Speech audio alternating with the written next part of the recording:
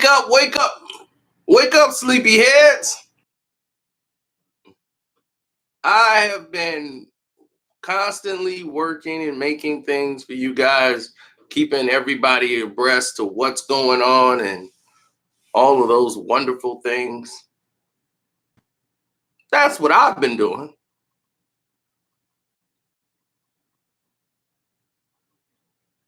And another thing I've been doing is watching basketball and looking at the Clippers game versus the Pistons. Oh my goodness. I could tell you this off the top of my head.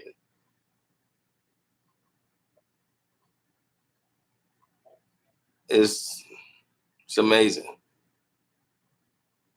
I'm sitting back watching and I'm just like in awe of what I'm seeing out there on the court. The Detroit Pistons fought as hard as they could, and they played an outstanding, inspired game. I mean, they played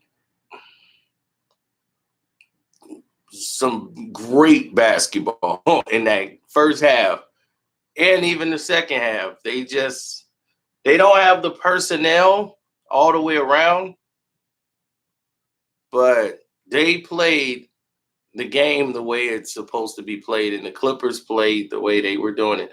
The Clippers play like a boa constrictor. They're just, while you're trying to do what you can, they're just trying to get you in position so that they can start applying the squeeze and corner you in and wrap you up. And they're taking their time because they've done this before. This is how they eat. And they just start keeping the pressure on you, keeping the game close and putting pressure on you to have to consistently score to keep up with them. And you play in a sense of panic. And that's what started to happen to the Pistons. The Pistons were in that game early on. They were competing, but it was almost like sporadic. They were looking like the Lakers was on Christmas. They were in the game, but they gonna blow it. And you know it. You can feel it coming in the air. And right away, the Pistons were giving up too much interior points.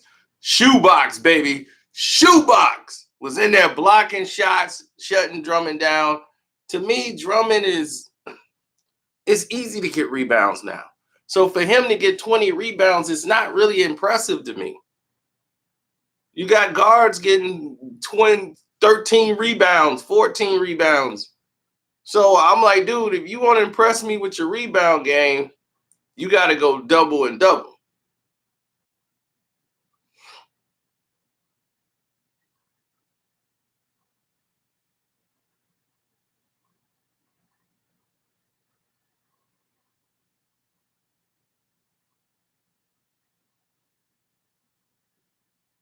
"20 rebounds would be impressive in the 90s.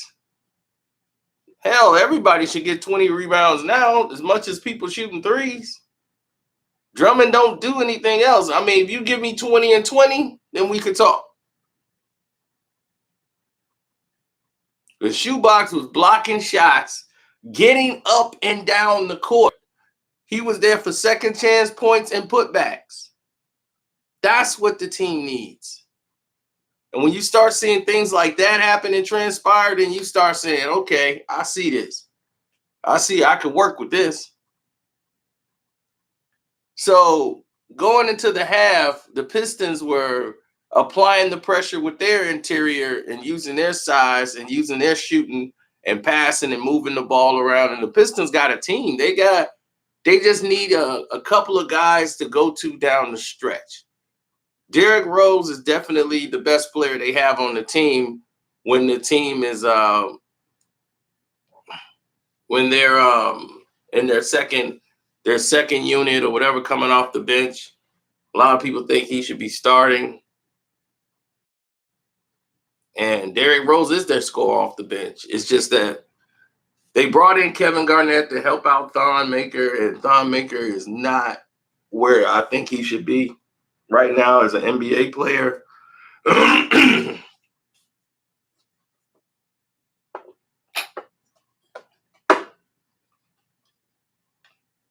Too much work right now from what they need.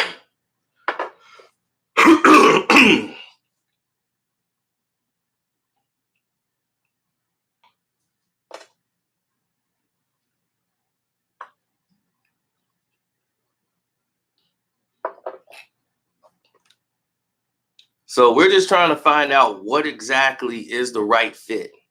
What is the right combination? What is the right everything for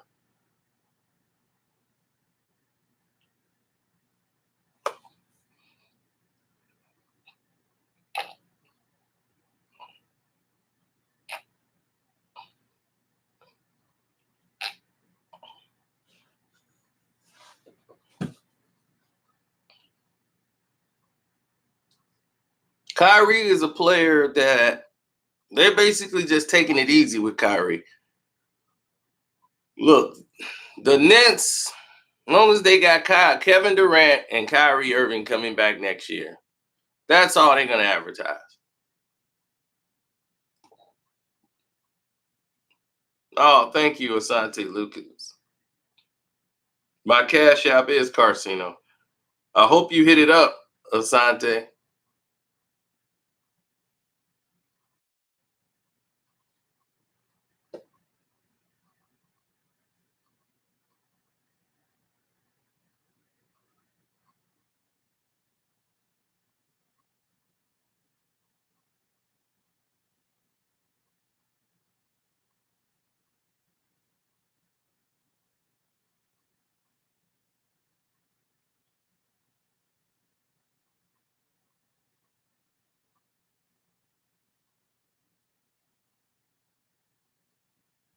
Mm,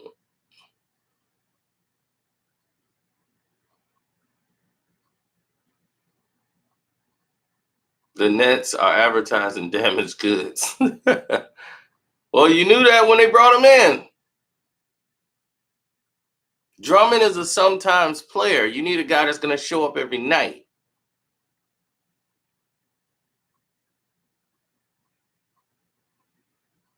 So if you're not going to show up every night, you know, this is the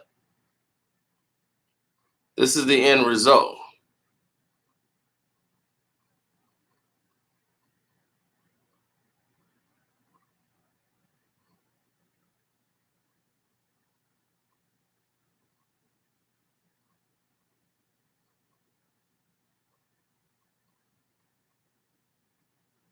The Pistons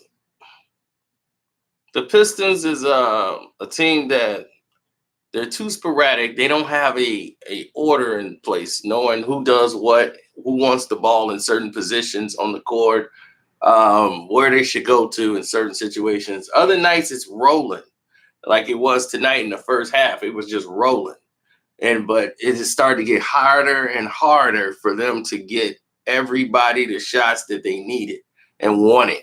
It was starting to get smaller, smaller, and smaller. And when you start doing that, this is the results of what you have. It starts to condense and get smaller and smaller, and the walls start to close in. So naturally, that was it. The walls start closing in on everybody.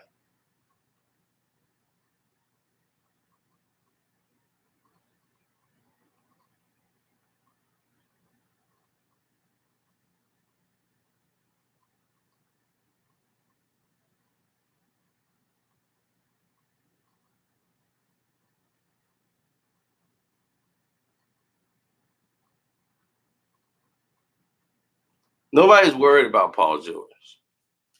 Paul George is a guy that can come in the game, leave the game. It's no real. We need him more for defensive purposes more than scoring. See, that's the thing about the Clippers. They just need him really for defense to be just another additional piece. They don't need him to be another scorer. His points to come in when he has it going, but when he's hurt or he's broke and his shot ain't going, now he know he can just defer.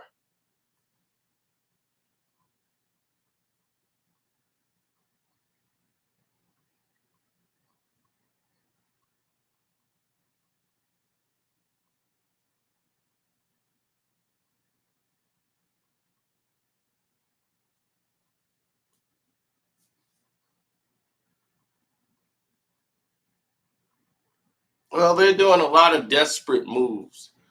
They're thinking about because they don't feel that they, they can beat the Clippers.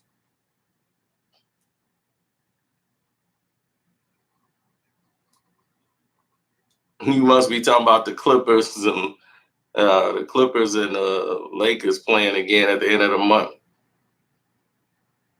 Well, they got to play Houston and they got to play Boston back to back. They ain't played them yet this season.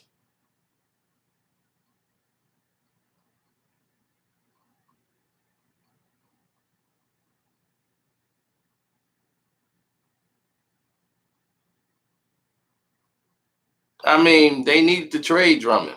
Drummond needs to be traded, and I think it's time to move him. It was time to move Drummond 2 years ago.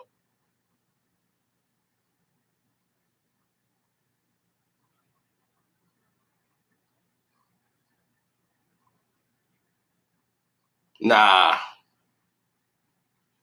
Bron ain't been playing like nothing. That's what I'm trying to tell you. The man is shooting like 30% from the field, and he's normally a 50% shooter. They, to beat good teams like that, it's going to be hard to get them calls. How they looking nice now? Man, you really are delusional. You go from game to game. How they nice now? Who did they play?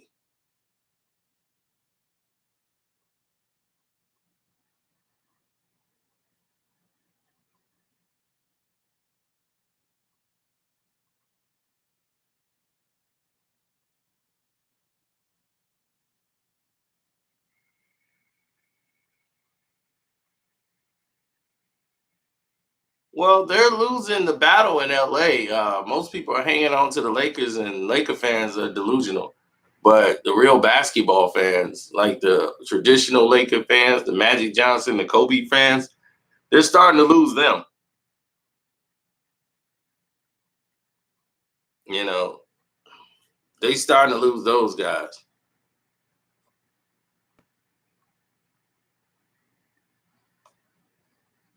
A win is a win. Mm-mm-mm. That's tacky. If you got that kind of mentality, the win's a win. I'm sorry. I don't like cheating to win. If we get a clear cut victory, that's what I like.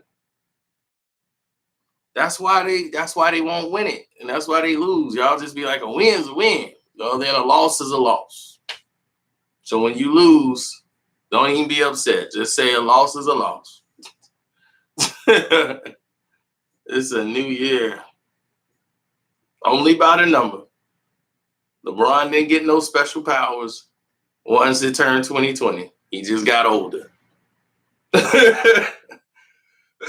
Literally just got older.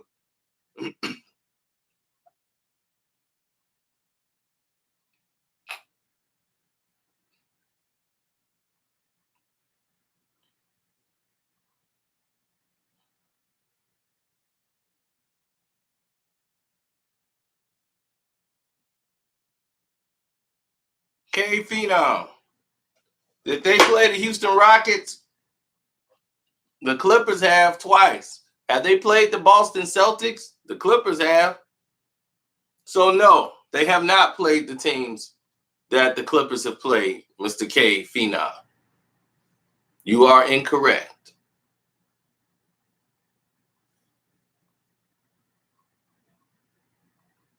Why would I like a overrated basketball player who's an egotistical maniac and narcissistic personality?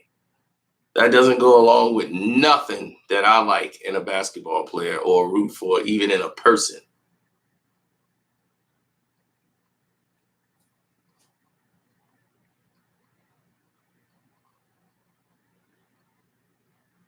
Of course. I just gave you the reasons why I don't like him.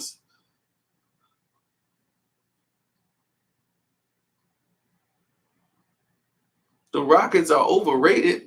Who said they were? They not overrated. They right where I put them. They the same team as they was all the other years. They've improved nowhere. They're the same team. They gonna win a game. They gonna lose a game. They gonna get a lot of points from Harden. Some nights from Westbrook. But they're the same team because they didn't fix what the problem was. Defense. Defensively, they're going to lose the game.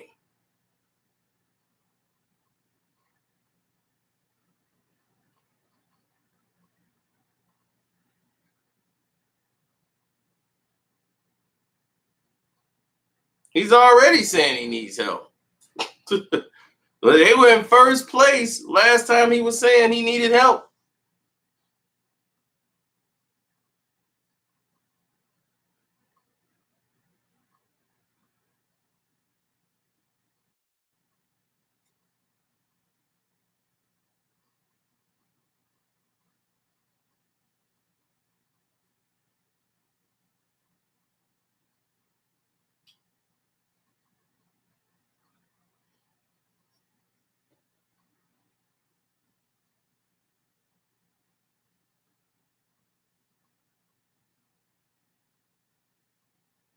You have to be great to know your greatness.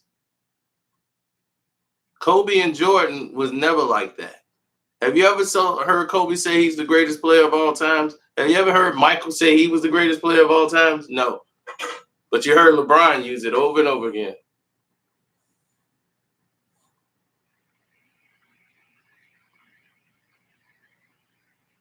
Nobody got chosen one written on their back but him. You that much starving for attention, you put a Sports Illustrated headline about you and tattoo it on your body, on your back, chosen one. He really believed his own clippings, literally. He really believed his own press clippings.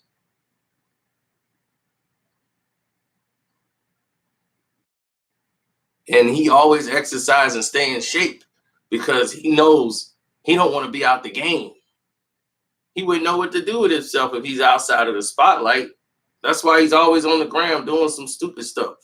Look, I'm hitting it on the gram. Look at me lift a weight. He needs that attention. Same way he came over and gave Kevin Hart a lap dance because he saw AD getting the attention. He's like, that's going to go viral. I need to be in that. He going to run all over there and jump in his lap so he could be in there. It's always, I don't know how somebody could root for him. That's the problem I don't get. That's the problem I have a hard time around. I'm wrapping my brain around. How is people don't see this? Do they not see this? Why are y'all rooting for this? That's how my brain is. My brain is trying to wrap its head around people rooting for a guy like this.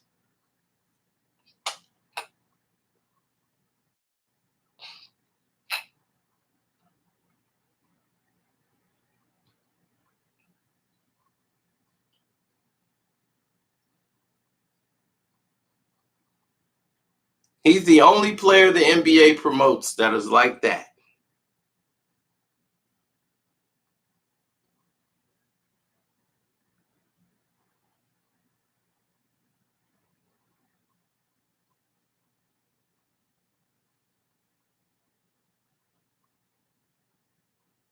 Yeah, that's why people who root for LeBron is just like confusing to me. I'd be like, what is it about him that? Yeah, Marbury already told you LeBron can't dribble, he can't play D, he can't make free throws. So how are you the greatest member? Exactly. I mean, that was the biggest part of it right now that you see. Most NBA players who've played this game will tell you Kobe was better than LeBron instantly. The media are the only ones that's trying to tell you different. Luka is already better than LeBron. I already told you that. At 20 years old, Luka is already better than him.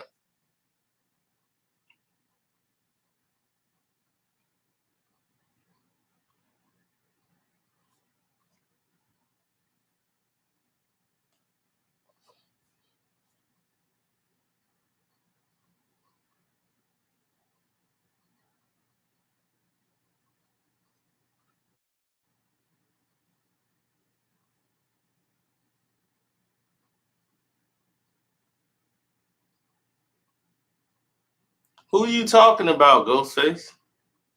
He said number one in scoring, second all time in assists. Who in the world are you talking about?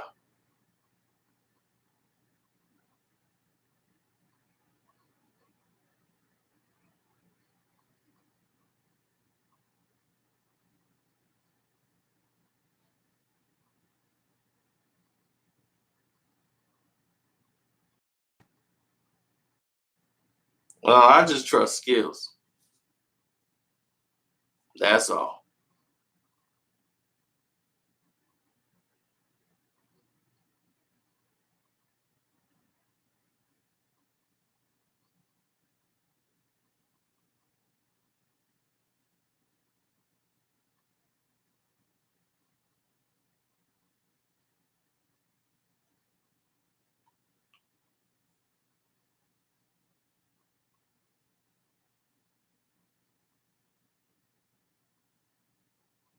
Oh, when it's all said and done, so you just predicting all of that. That he's gonna have more points than Kareem and he's gonna do all that. Ghostface, I got a question for you then. Since you're using that to determine somebody's being great, if somebody scores, okay, let me tell you this. If someone makes you got a business, right? A company. Let's say you got a company, Ghostface, and your business is making hamburgers, and you got a crowd of people out there. If someone could make you 200 hamburgers and then get them out to the customers in 30 minutes, and you want a guy that can give you 200 hamburgers and 300, like about an hour and 20 minutes. He gets you 200 hamburgers. Which guy would you want to give you the 200 hamburgers? Who is better at getting you 200 hamburgers? The first guy, right? So if you have a business, you would want the person that could give you the most for the least amount of time. Okay? LeBron would only pass Kareem because he's played way more. It would take him way more games. Now, did it take him way more games to pass Kobe Bryant? Or did Kobe Bryant make his points in less games? Did Michael Jordan get his points in way fewer games than LeBron James? LeBron James passed Michael Jordan in points, and it took him a lot of more games to do it.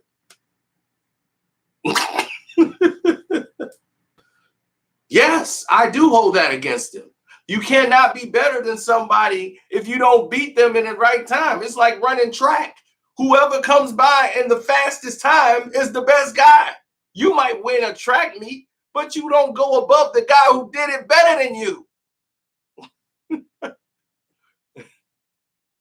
If you play 55 years in the league and a guy who did your numbers in 13 years, and it take you 55 and you finally pass him, yeah, that don't mean you better. Where would that make you better at?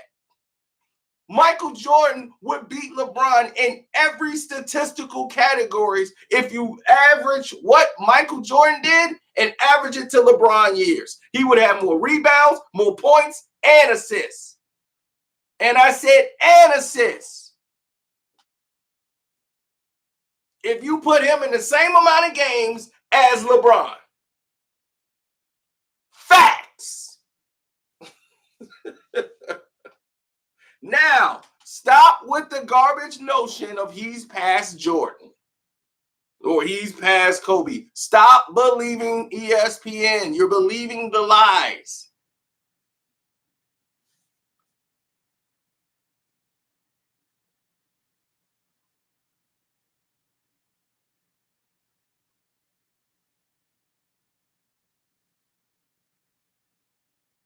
Less field goal attempts, that's because he's shooting threes.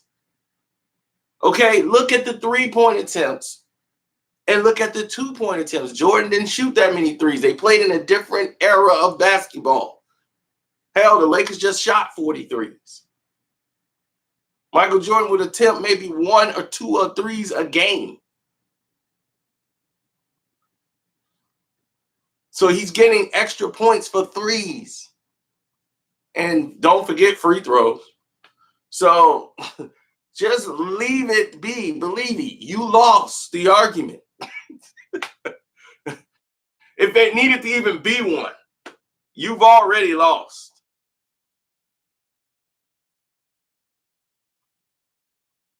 Is he better than Wilt? You can't even compare the two. Wilt played in a league when there were less teams. Him and Bill Russell played where there were like maybe 8, 9 teams in the league. There's 30 now.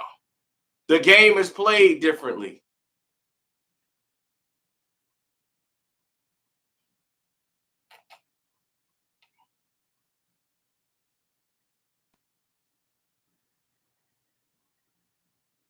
So how do you compare Bill Russell and Wilt Chamberlain to the era of Jordan now? You almost can't, because it's two different. Once they change the rules, exactly. That's why I don't compare Jordan to LeBron. I did it for your humor to let you know he can never pass this guy. They made the league easier, and he still ain't doing better. The league is made easier. They made it easier for you, and he's struggling to get 21 damn points. How? You struggling to get 21 points in today's game.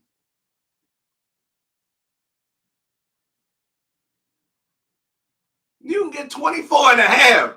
The way guys are shooting the basketball now, you can get 24 points and a half.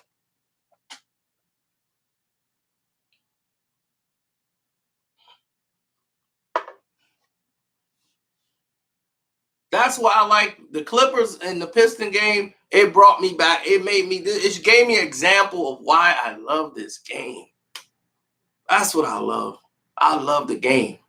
And to see that made it just warm my heart even more, because it told me why I love the game.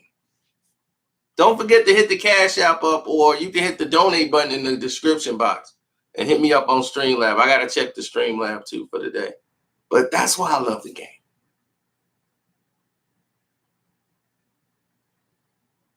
Because of situations like that. That's why I love it.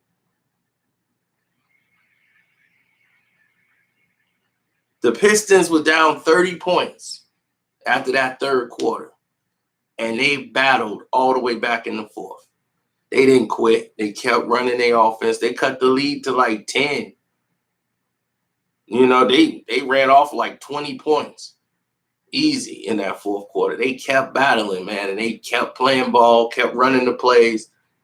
I loved everything I saw in this game, and it showed me the plays people were running, and I'm like, this is basketball.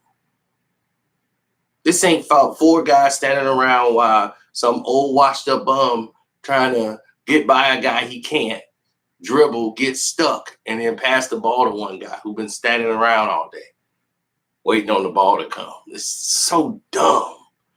I'm just like, this isn't basketball.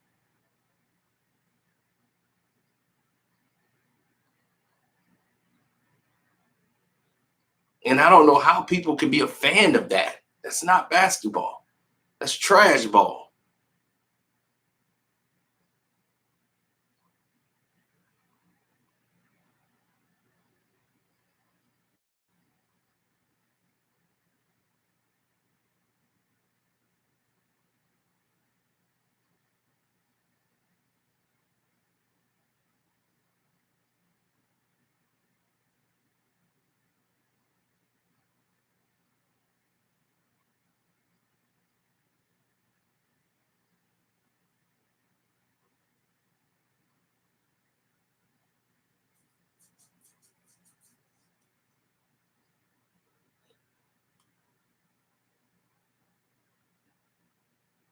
Yep. So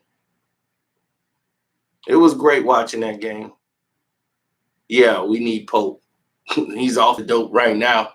He'll be back on it as soon as they run into the Clippers. I'm gonna get out of here.